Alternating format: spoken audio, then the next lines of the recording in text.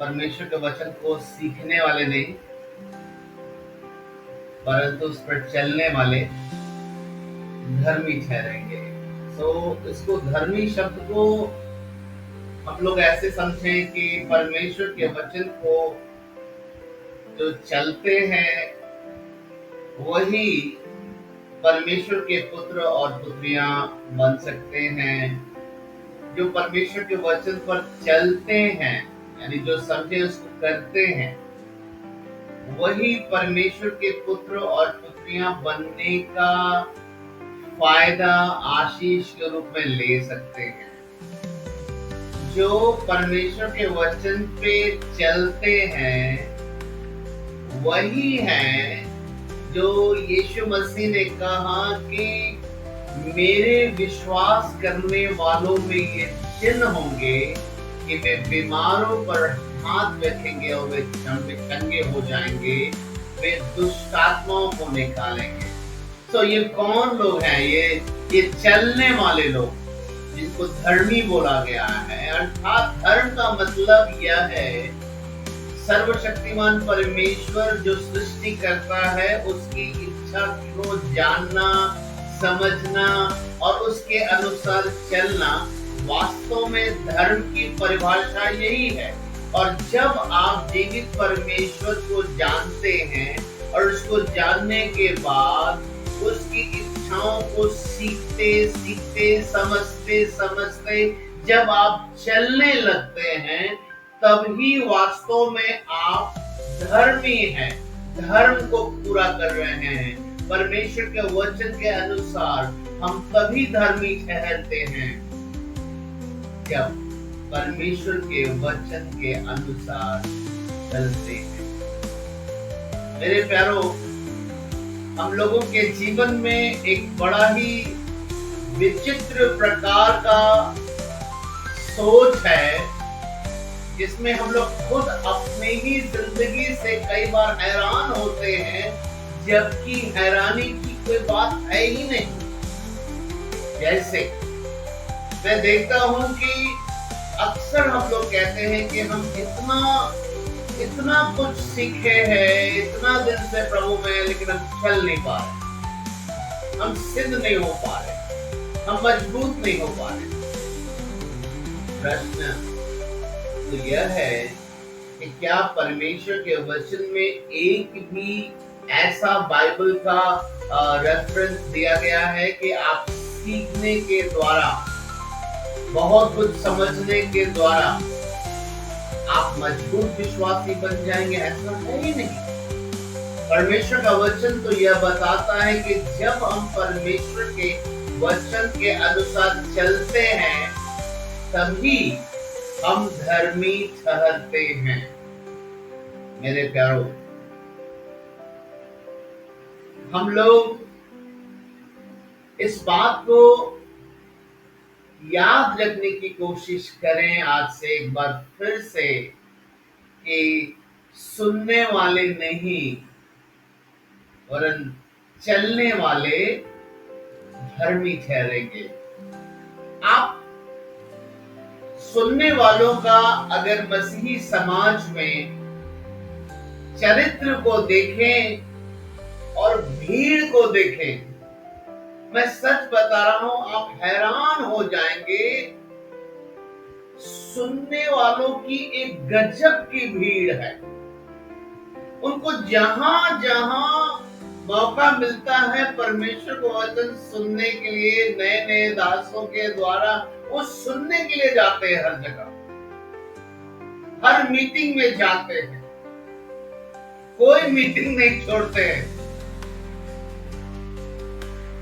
Social media में भी कोई ना कोई चैनल, ये सुनने वालों का अलग ही समाज है।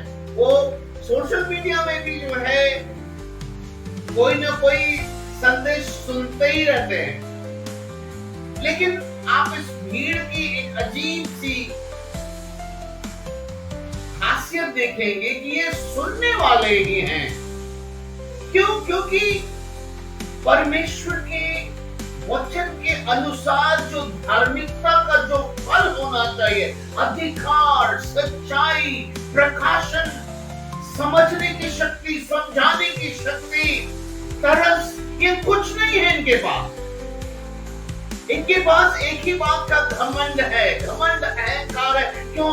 ये इस बात का इनको घमंड है, ये सुनने वाले हैं। कमाल। ये नई नई जगहों पर जाते हैं, बड़े बड़े लीडर्स के साथ फोटो खिंचाते हैं और वो ये बताना चाहते हैं, देखो आज हम इसकी सुन के आ रहे हैं। कोई बोलता है हम इस पास्टर को जानते हैं, देखो हम इसकी सुनते हैं। मेरे प्यारों,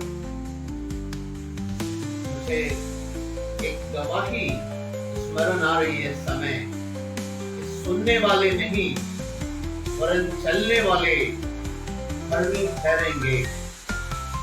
आज से कई साल पहले की बात है, छपरा शहर में जब मैं सेवा कर रहा था, वहां एक जवान जो अपनी बीमारी में परेशान था, मैंने उसको परमेश्वर का वचन बताया। वो बहुत तकलीफ में था, प्रभु यीशु ने चंगाई दी, छुटकारा मिला। उसको मन किया कि अब मैं प्रभु की सेवा करूं। वो दिल्ली चला गया। दिल्ली जाने के बाद काफी सालों के बाद जब मेरी मुलाकात हुई, मैं समझता हूं उसके बाद शायद 5-10 साल के बाद मुलाकात हुई। वो जानते हैं क्या बताया? वो बताया, भैया दिल्ली जाने के बाद मुझे ऐसा लगा कि मैं मजबूत बनूं, पहले तब सेवा करूंगा। तो क्या करता था मैं, दिल्ली भारत की राजधानी है, वहां पर कोई ना कोई संस्था की कोई ना कोई बड़ी मीटिंग होती ही रहती है वहां। उसने बताया, भैया 5-6 साल 7 साल में लगभग दिल्ली की कोई बड़ी मीटिंग नहीं छोड़ता था। जो मीटिंग का मैसेज आता था मैं वही मीटिंग जाता था सुनने के लिए। कुछ नया, कुछ नया, कुछ नया। बोला 5-7 साल तक मैं लगातार एक से एक, दिल्ली में तो इंटरनेशनल पास्टर लोग भी आते थे, भारत के तो टॉप लीडर्स आते ही थे, विदेशों से भी प्रचारक आते थे। बोला मैं 5-7 साल तक भैया मैं सबको सुना और मैं सुनकर ये सोच रहा था अब बदल जाऊंगा, अब बदल जाऊंगा, अब बदल। 1 साल, 2 साल, 3 साल, 7-8 साल भैया मेरा पार हो गया और मैं थक गया कि क्या करूं। मैं बदल क्यों नहीं रहा? इतना सुना, किसकी नहीं सुना? मैं तो सबकी सुना। परमेश्वर ने उससे बात किया, बोला बेटा जितना सुना है उतना पर चलना शुरू करो।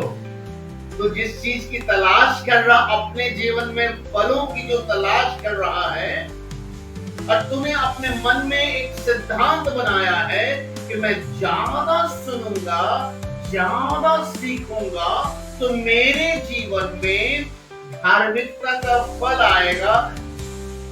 परमेश्वर ने कहा, बेटा ये मेरा वचन नहीं है, ये तुम्हारा ही वचन है। मैंने ऐसे नहीं सिखाया है। मैंने अपने वचन में ये नहीं बोला ज्यादा सुनोगे तो परमेश्वर मेरा फल आने लगेगा, ऐसा मैंने नहीं सिखाया। मैंने तो ये सिखाया कि जो तुम सुना है उस पर चलो, सुनने वाले नहीं चलने वाले बनो।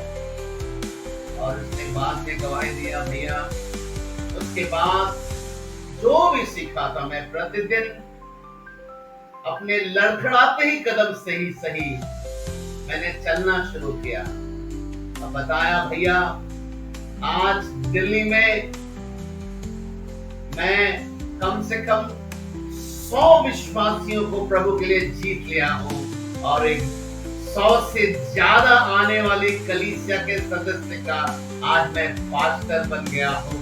हालेलुया, परमेश्वर की स्तुति हो। वो 7-8 साल तक सिर्फ सुनता रहा और बना क्या, जीरो से भी नीचे नेगेटिव था। जब चलना शुरू किया तो 100 से बड़ी कलीसिया का पासवान, पास्टर बन गया, एक सेवक बन गया। परमेश्वर ने उसको इतनी आत्माएं दी। कब? जब वो सुनने वाला काम छोड़कर जितना सुना है उस पर चलना शुरू किया। हम में से कई लोग ऐसे ही बनते जा रहे हैं, हर दिन अपने आप को समझाने में कामयाब हो जाते हैं इस झूठ को कि एक बार फिर सुनेंगे और कुछ बेहतर हो जाएंगे। मेरे प्यारों, ऐसा न हो जाए कि आपका भी 8-10 साल बीत जाए सुनते सुनते और फिर इस निष्कर्ष पे पहुंचे कि मैंने पाया क्या, मुझे तो कुछ नहीं मिला, मैं तो वैसे ही हूं। मेरे प्यारों, एक बात को समझिए, आप जो सुनने का ही केवल काम करते हैं और चलने का काम नहीं करते हैं, तो उसमें क्या परेशानी आती है? परेशानी सबसे बड़ी यह आती है, अगर केवल सुनने का आदत है और चलने का आदत नहीं है, इसका मतलब है आप वचन को सुन लेते हैं लेकिन आपके मनों में आपके तौर तरीके ही चलते रहते हैं, आपकी ही योजना आपके अंदर में चलती है, आपकी ही कल्पना आपके अंदर में चलती है, आपके हिसाब से जो सही है आप उसी को सही मानते हैं। भले ही आप वचन सीख लें, भले ही परमेश्वर के वचन में आप समझ ले कि आपके लिए भला क्या है, लेकिन अंततः मीटिंग खत्म होने के बाद आपको जो अच्छा लगता है आप वही करते हैं। तो इसका मतलब यह है कि आपके मन में जो चल रहा है वो और आप जो सुनते हैं वो दोनों में अंतर है, इसका मतलब। और परमेश्वर का वचन नीति वचन 23 में लिखा है कि मनुष्य जैसा सोचता है वैसा ही वो हो जाता है। तो सुनने वालों का पहचान क्या है? वो सुनते हैं लेकिन करते अपने मन की, अपनी योजनाओं को पूरा करने में लगे हुए। आप एक बात मुझे बताइए, आप अपने कमरे के अंदर अगर 2, 4, 5, 10 जहरीला सांप छोड़ देंगे तो अंदर पाए जाने वाले लोगों को सांप डसेगा ही ना, क्योंकि सांप तो जहरीला है, वो तो भला नहीं करेगा। अगर आप अपने कमरे के अंदर में सांप के बजाय अगर आप खरगोश को छोड़ देंगे तो वो उतना आपका हानि नहीं करेगा, तो खेलेगा कूदेगा। आप अपने घर के अंदर में कुछ और बेहतर चीज को रख देंगे, अच्छी अच्छी किताबों को, अब तो आपको फायदा हो जाएगा, आप कुछ पढ़ने लगेंगे। तो प्रश्न उठता है कि आप अपने मन के कमरे में आप रखते जहरीली चीजों को हैं और स्टोर रूम में रखते हैं कॉपी किताब। तो आप एक बार बताइए, आपके स्टोर रूम में जिसको आप कभी कभी खोलते हैं वहां पर अच्छी अच्छी चीजों को रखें और अपने ड्राइंग रूम में रखते हैं जहरीली, जो सांप, जहरीली शराब, ये सब रखते हैं। भाई लोग तो आपके घर में आएंगे ना, बच्चे आपके घर में ना है, आप अपने घर में ना रहते, स्टोर रूम में थोड़े रहते हैं। खतरा कहाँ रहेगा आपको? स्टोर रूम में के घर में। घर किसके बर्बाद होगा? आपका, क्योंकि आप स्टोर रूम में नहीं, आपका मन जहां से पूरा शरीर का संचालन है वहां पर आप सिर्फ अपने मन की बात रखते हैं, वहां परमेश्वर के कोई वचन को स्थान नहीं देते हैं। और आप खुद हैरान हैं कि मैं इतना दिन से वचन सुन रहा हूँ, इतना कुछ सीखा हूँ, मैं बदल क्यों नहीं रही हूँ, मैं बदल क्यों नहीं? कैसे बदलेंगे? आप अपने मन में परमेश्वर को वचन को लाने दीजिए। वचन में लिखा है सबसे अधिक अपने मन की रक्षा करो, रक्षा करो मन की। आज इस पृथ्वी पर मैंने तो कहीं नहीं देखा कोई डॉक्टर, कोई ज्ञानवान, वर्ल्ड हेल्थ ऑर्गेनाइजेशन, विश्व स्वास्थ्य संगठन, जो कोविड या कोई महामारी आती है वहां से पूरे विश्व में ध्यान दिया जाता है कि कैसे मनुष्य जाति बीमारी, प्लेग से बचे। मैंने कहीं से ऐसी घोषणा नहीं सुना कि सारे लोगों को खबर किया जाए कि अपने मन की रक्षा करें। ऐसा तो कभी नहीं सुना। मैं तो हर जगह सुनता हूं शरीर को रक्षा करने के लिए। संसार कहता है शरीर को रक्षा करो तो जीवन भी बच जाएगा, लेकिन जीवित परमेश्वर कहता नहीं, जीवन का मूल स्रोत मन, सबसे अधिक अपने मन की रक्षा। मेरे प्यारो, मन बहुत खतरनाक है। अगर वो परमेश्वर के वचन के द्वारा नियंत्रित नहीं हुआ तो याद रखिए ये आपका नियंत्रण करेगा। ऐसे अनगिनत भाई बहन को मैंने जाना है अपने जीवन में, वो कितना भी वचन सीख लिया, कितना भी वचन सीख ली है, वो सारे रेफरेंस, सारे बाइबल का उसको ध्यान है कि क्षमा के ऊपर में परमेश्वर का वचन क्या बोलता है। मैं ऐसे बहुत सारे भाइयों को जानता हूं जो अच्छी तरह से जानते हैं पश्चाताप का अर्थ क्या है, क्षमा का अर्थ क्या है, क्षमा करने से क्या होता है, प्रभु क्या चाहता है हमारे जीवन से, क्षमा या क्या चाहता है, उनको सब मालूम है। लेकिन उनके मन के अंदर में दूसरा फॉर्मूला चलता है, इसको नहीं क्षमा, ये मेरे साथ ऐसा किया है, ये मेरे साथ वैसा किया है, इससे बात कर भी लेंगे, चैन से कर लेंगे, ज्यादा क्षमा नहीं। देखिए ये वही इंसान है जो वचन हमेशा सुनता है, हमेशा सुनती है गूगल पे, जूम पर, लेकिन अंदर में एक फॉर्मूला बनाकर चल रही है, एक फॉर्मूला बनाकर चल रहा है। नहीं, इसको हम नहीं, इससे हम उतना नजदीक नहीं आएंगे। ये कौन सिखा रहा है? ये परमेश्वर तो नहीं सिखा रहा। और इसलिए हम देखते क्या ये लोग कितना भी सुन ले नहीं बदलते हैं। क्यों? क्योंकि ये अपने मनों को अधिकार देते हैं कि तू मुझे चला, तू ही रास्ता दिखा। और मन कहता है इससे बात मत करना, इससे तुम्हारे साथ ऐसा किया वैसा किया। किसी को मन कहता है नहीं नहीं नहीं, तुम इतना थक गए हो सुबह से शाम, तुमसे 2 घंटा प्रार्थना नहीं हो सकता है, तो वो खुद को बोलता हाँ नहीं हो सकता है। जबकि परमेश्वर की आत्मा से आप 12 घंटा प्रार्थना करने के बाद भी आप 5-6 घंटा प्रार्थना कर सकते हैं। यदि आप मन की ना सुनकर खुद फॉर्मूला ना बना के प्रभु से कहे प्रभु मैं व्यस्तता के कारण, अपनी मजबूरी के कारण दिन भर थका दिया जॉब में, लेकिन मेरा अभी भी भरोसा है कि आप मुझे सामर्थ्य दे तो मैं अभी भी 2-3 घंटा प्रार्थना कर सकता हूं। लेकिन क्या है, हम लोग ने पहले ही मन में सेट कर नहीं हो सकता। कौन कह रहा है ये? मन। आप देखिए इतना मजबूत पावरफुल वचन सीखने के बाद भी बॉडी को चला कौन रहा है? मन। मन में इतना कठोरता है, नहीं होगा। और फाइनली आप वही करते हैं, रोज करते हैं, रोज वही काम कर रहे हैं।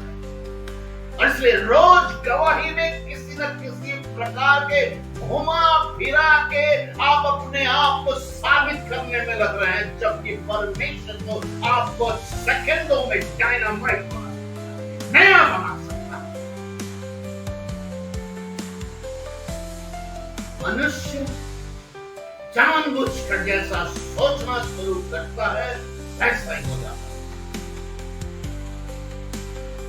आप में से जितने लोग मेरी आवाज को सुन रहे हैं, आपके मनों में एक नहीं 100 में 1000 फॉर्मूला है आपके पास, जो निरंतर हर दिन हर पल परमेश्वर के वचनों को जो आपने कई लंबे समय से सुना है, कोई ना कोई आपके मन में चलने वाला फॉर्मूला परमेश्वर के वचनों को कहीं ना कहीं हर समय हर घंटे काट रहा होता है और आप अपने मन की कर रहे होते हैं। तो जब चलने वाले नहीं हैं, तो अपने जिंदगी में धार्मिकता की फलों की उम्मीद करते क्यों हैं? जब अपने कमरे में जहरीला सांप कोई रखना है, तो फिर सांप के काटने का और विष चढ़ने का डर क्यों है? क्यों सरप्राइज होते हो सर? मेरे प्यारों, मैंने देखा है मसीही समाज के अंदर में,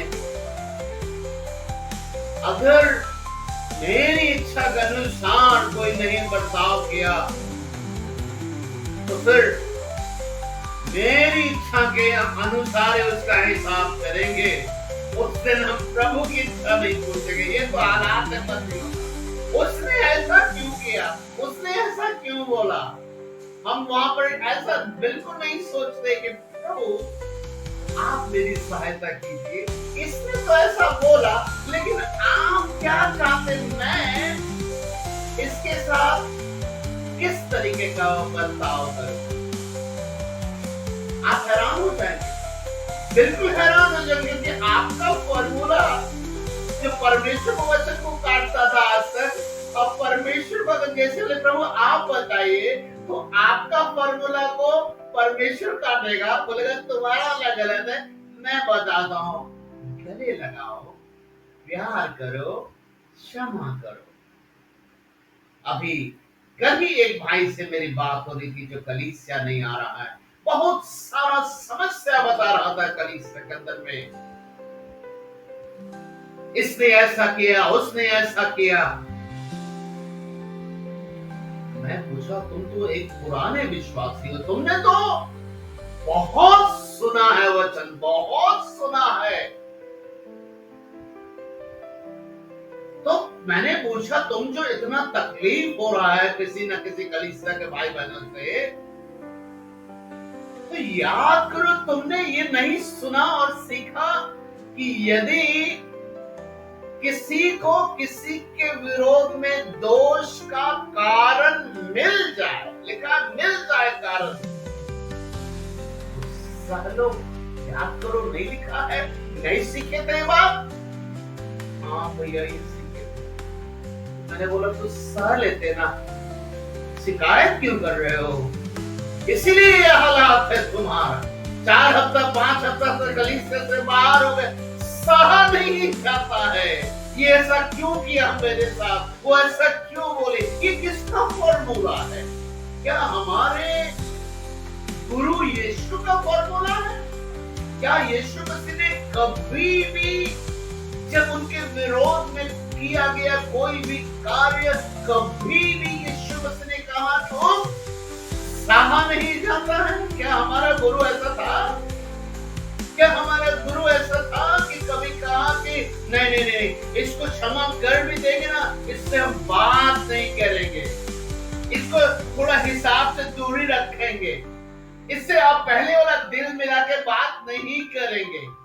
और उसको तो खैर सवाल है नहीं अब क्षमा करने, उसके तो देख, क्या हमारा गुरु यीशु ऐसा था? क्या हमारे गुरु यीशु ने ऐसा सिखाया कभी?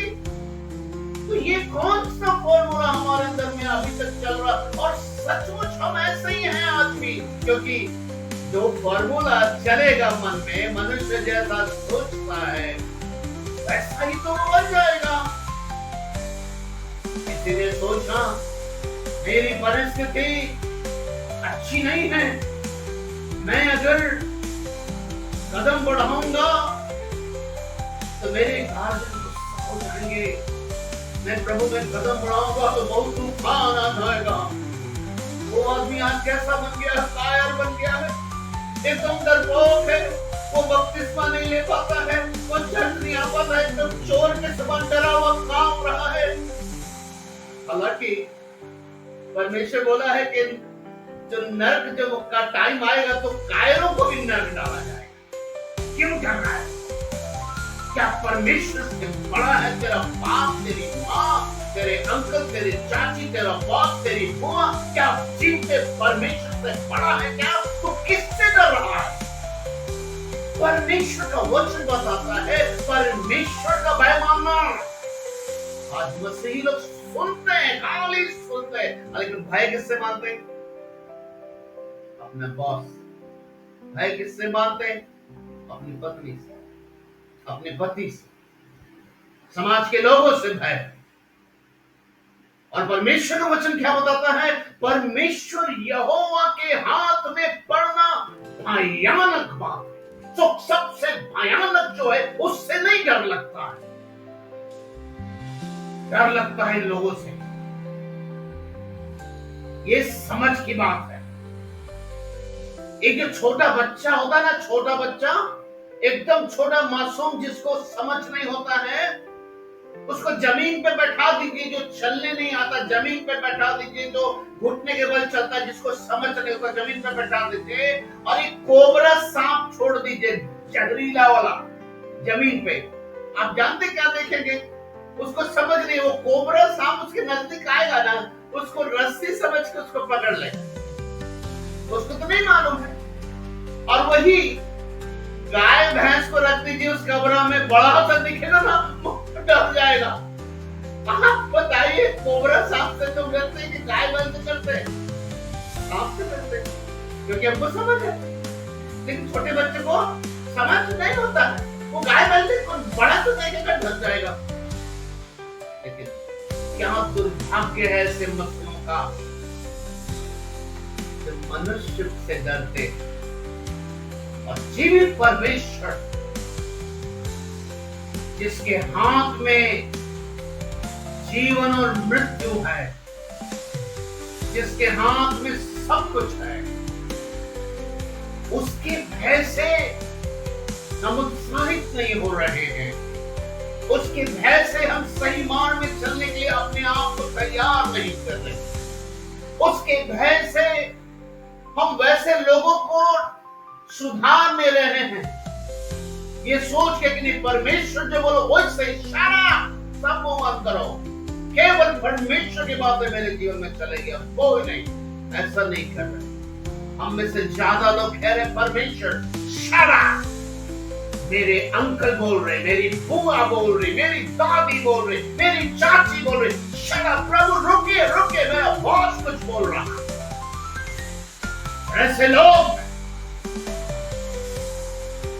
धर्मी बनने का स्वप्न देख रहे हैं मसीह समाज। क्या करके?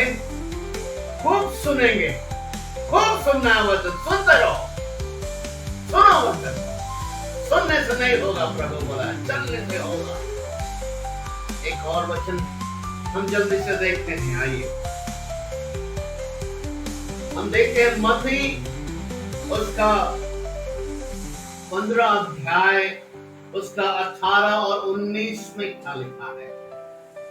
परंतु जो बातें मुंह से निकलती है वे ही मन से निकलती है, और वे ही मनुष्य को अशुद्ध करती है, क्योंकि मन से बुरे विचार, हत्या, परस्त्रीगमन, व्यभिचार, चोरी, झूठी गवाही और निंदा की बातें निकलती है। देखिए कैसे हम अशुद्ध होते जा रहे हैं। इतना सुनने के बाद अशुद्ध क्यों हो रहे हैं? इतना वचन सुनने के बाद हम मजबूत क्यों नहीं हो रहे हैं विश्वासी? देखिए परमेश्वर मसीह ने कहा, क्योंकि हम मन में ये सब बातें रखते हैं, झूठ सच रखते हैं, मिलावट रखते हैं, हर प्रकार की अशुद्धता रखते हैं। तो इससे परमेश्वर का वचन ही बता रहा है, आप सुनने के लिए कुछ भी सुन लो, अगर ये रखोगे मन में ना तो अशुद्ध ही होगे, धर्मी नहीं बनोगे, अशुद्ध हो जाओगे जब ये सब बात रखोगे मन में। ये तो परमेश्वर का वचन बड़ी ही स्पष्टता से हमें बताता है। फिलिपियों की पत्री उसका 4 अध्याय उसका 8 वचन निकाले। फिलिपियों की पत्री 4 अध्याय उसका 8वां वचन देखे और हमेशा स्मरण रखने की कोशिश करें। परमेश्वर हम सबके जीवन में और हमारे जीवन से बड़ा काम करने के लिए सर्वदा तैयार है, बशर्ते है हम केवल सुनने वाले नहीं, जो कुछ सुनते हैं पर चलने वाले बने। फिलिपियों 4 का 8 में देखिए कितनी अच्छी बात लिखी है। जो कुछ सत्य है, देखिए कितना अच्छा बात का, जो कुछ सत्य है, जो कुछ आदरणीय है, जो कुछ उचित है, जो कुछ पवित्र है, जो कुछ मन भावन है, जो कुछ प्रशंसा के योग्य है, उन्हीं पर ध्यान लगाया करो, उन्हीं को सोचते रहो। हम लोगों का क्या है? जो कुछ मजेदार है वो प्रभु के वचन से हो चाहे उससे क्या मतलब है? जो कुछ थोड़ा लाभ वाला है, फायदा हो जाएगा, वो सब ध्यान में चलता है। जो कुछ से हम लोगों को संसार में झूठा प्रतिष्ठा मिल जाए, वो सब मन में चलता है। ना तो ये बातें पवित्र है, ना आदरणीय है, ना सच है, ना प्रशंसा की योग्य है, ये किसी योग्य नहीं है परमेश्वर के वचन के अनुसार। और हमारा ध्यान वही सब पे रहता है।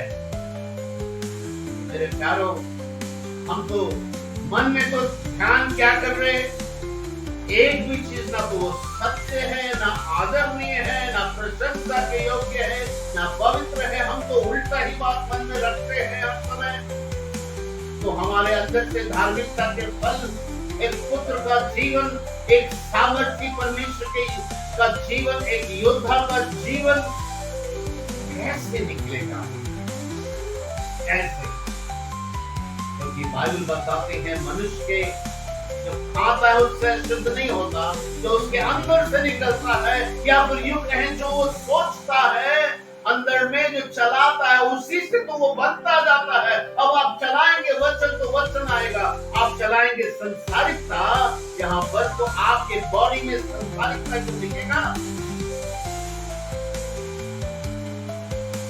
जो कुछ सत्य है, जो कुछ आदरणीय है, जो कुछ उचित है। बताइए, उचित काम कितना करते हैं सुबह से शाम, अनुचित काम कितना करते हैं? उचित एक्शन कितना लेते हैं, अनुचित एक्शन कितना लेते हैं? हमारा आचरण में कितना उचित तरीका का होता है, कितना अनुचित तरीका का होता है? आप देखिए यहाँ पर बड़ा अच्छा लगा, जो सत्य है, जो आदरणीय है, जो उचित है, जो पवित्र है, जो मन भावन है। अर्थात मन भावन का मतलब हमारा मन भावने वाला बात नहीं, परमेश्वर को भाने वाले बनो, ऐसे लिखा हुआ में। जो कुछ प्रशंसा की योग्य, किसके? परमेश्वर के प्रशंसा की योग्य है, उसी पर ध्यान करो। मेरे प्यारों, आइए हम लोग अपने सरों को झुकाएं, अपने मनों को समझाएं, जैसे दाऊद ने अपने मन को समझाया। हे मेरे मन, यहोवा को धन्य कहो और उसके किसी उपकार को तू ना भूलना। आइए हम लोग अपने मन को तैयार करें, इस बात को समझते हुए कि उसके अंदर में क्या चलना था, ताकि हम क्या बनते, हमने क्या चलाया, इसलिए आज हम ऐसे हो गए हैं।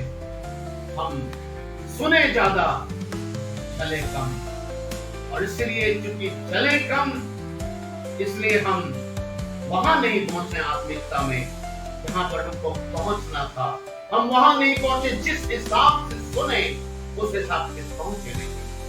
काश जितना सुने थे उतना चलते, तो आज हम सचमुच प्रशंसा के कारण होते, परमेश्वर की नजर में प्रशंसा के कारण। आइए हम सब प्रार्थना में जाएं, ईमानदार प्रार्थना। बाइबल बताती है धर्मी जन की प्रार्थना से बहुत कुछ हो सकता है। धर्मी प्रार्थना कैसे कर सकते? अभी एक सच्चा पश्चाताप, इस बात को समझते हुए कि हमने जानबूझकर ज्यादा सुना, कम चला, इसलिए हमारे ये हालात है, इसलिए हमारे जीवन में तरह तरह की समस्याएं आई। आज से प्रभु मैं क्षमा चाहती हूँ, क्षमा मांगता हूँ। अब मैं उस रास्ते कभी नहीं चलूंगा, एक निर्णय किया, उस रास्ते में कभी नहीं चलूंगी। मुझे विश्वास है, क्योंकि ये आपका वादा है कि सुनने वाले नहीं, चलने वाले घर में ठहरेंगे। मैं आज से आपके सच्चा पुत्र और पुत्री बनना चाहती हूँ, दिखावा वाला नहीं, सच्चा। मनुष्य को प्रसन्न करने वाला नहीं, आपको प्रसन्न करने वाला। आज से मैं बनूंगा, आज से मैं बनूंगी, ऐसे करके सभी लोग प्रार्थना में जाएंगे। जो दिया है वो काफी है, उसकी कृपा हर दिन साथ है।